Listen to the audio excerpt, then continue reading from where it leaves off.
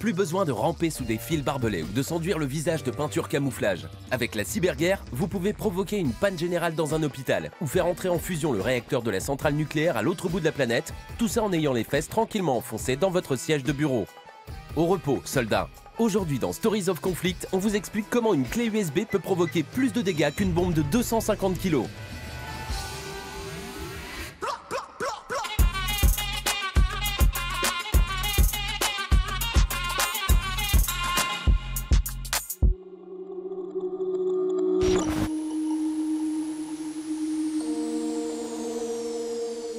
Avril 2007, l'Estonie décide de déplacer la statue du soldat de bronze, monument à la gloire de l'armée rouge, et de le réinstaller dans un cimetière militaire au centre de Tallinn. La Russie est ultra vexée.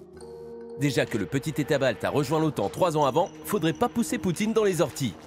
L'Estonie est alors paralysée par une cyberattaque dite de déni de service. Des milliers de PC zombies infectés balancent des tonnes de requêtes, jusqu'à 5000 clics par seconde au serveur des sites gouvernementaux, des banques, des médias, des partis politiques. Les serveurs saturent et les utilisateurs tombent sur des pages d'erreur 404. L'Estonie parle d'un acte de cyberguerre, sauf qu'à l'OTAN, on connaît pas. Mais qu'est-ce que vous me racontez? Ce mot n'existe pas. L'histoire commence dans le cyberespace, un tout nouveau territoire de conflit. On lui a donné plusieurs dates de naissance. 1837, lors de l'invention du télégraphe et du morse, 1940 et l'arrivée des premiers ordinateurs, 1969 avec le premier réseau d'ordinateurs connectés ARPANET créé par le Pentagone, ou plus récemment en 1990 avec l'annonce officielle de la naissance d'Internet, le fameux World Wide Web.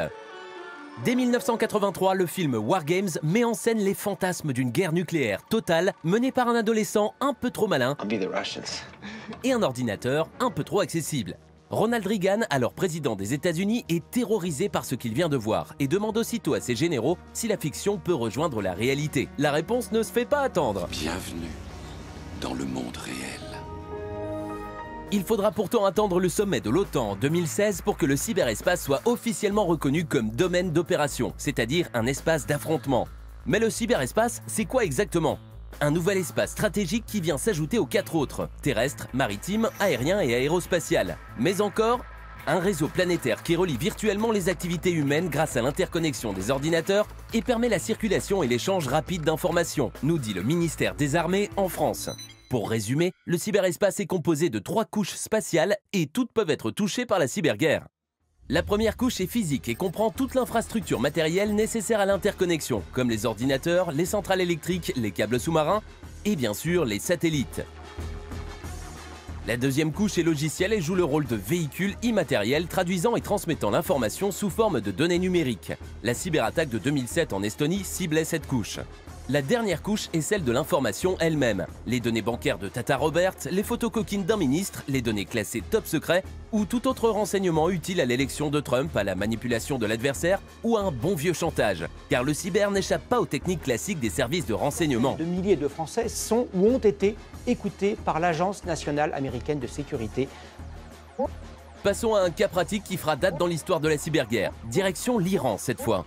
En juin 2010 a lieu un tournant dans l'utilisation de l'arme cybernétique contre un autre État. On découvre l'existence de Stuxnet, un ver informatique sans doute créé par les États-Unis et Israël et qui, après une seule exécution, s'est propagé d'ordinateur en ordinateur jusqu'à infiltrer 30 000 systèmes rien qu'en Iran.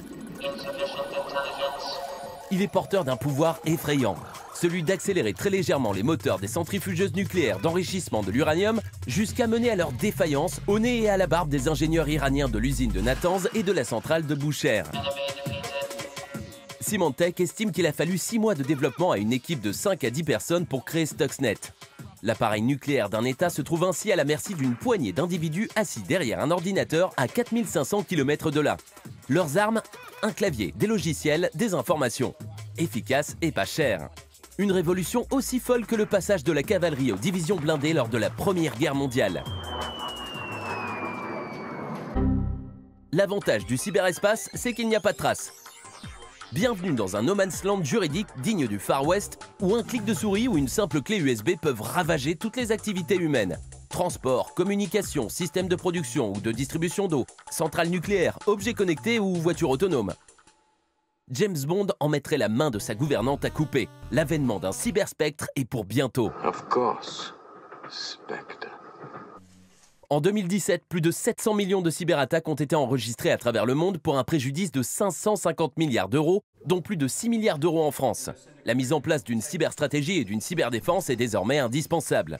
Les États-Unis l'ont bien compris. En 2020, ils ont prévu d'investir près de 9 milliards d'euros de l'immense budget de la défense dans le cyberespace, leur priorité avec l'aérospatiale qui représentera près de 13 milliards d'euros d'investissement. D'ici à 2025, la France entend consacrer pour sa part 1,6 milliard d'euros à la lutte dans le cyberespace et recruter 1000 cybercombattants supplémentaires. L'Allemagne, quant à elle, prévoit d'investir 142,5 millions d'euros sur la période 2019-2022. La Chine prend aussi sa cybersécurité très au sérieux avec 1,4 milliard d'euros investis, loin devant la Grande-Bretagne et la Russie. J'ai dépensé sans compter. Bref, tout le monde se prépare à la guerre du futur. Mais alors, comment devenir le cyberboss? En contrôlant l'espace extra-atmosphérique et ses satellites, bien sûr. Ni une ni deux, fin décembre 2019, les États-Unis créent la United States Space Force et dessinent pour l'occasion un super beau logo. En se dotant de satellites armés capables de cramer celui du voisin, bye bye la concurrence chinoise, la géoloc, la transmission de données et bonjour le chaos.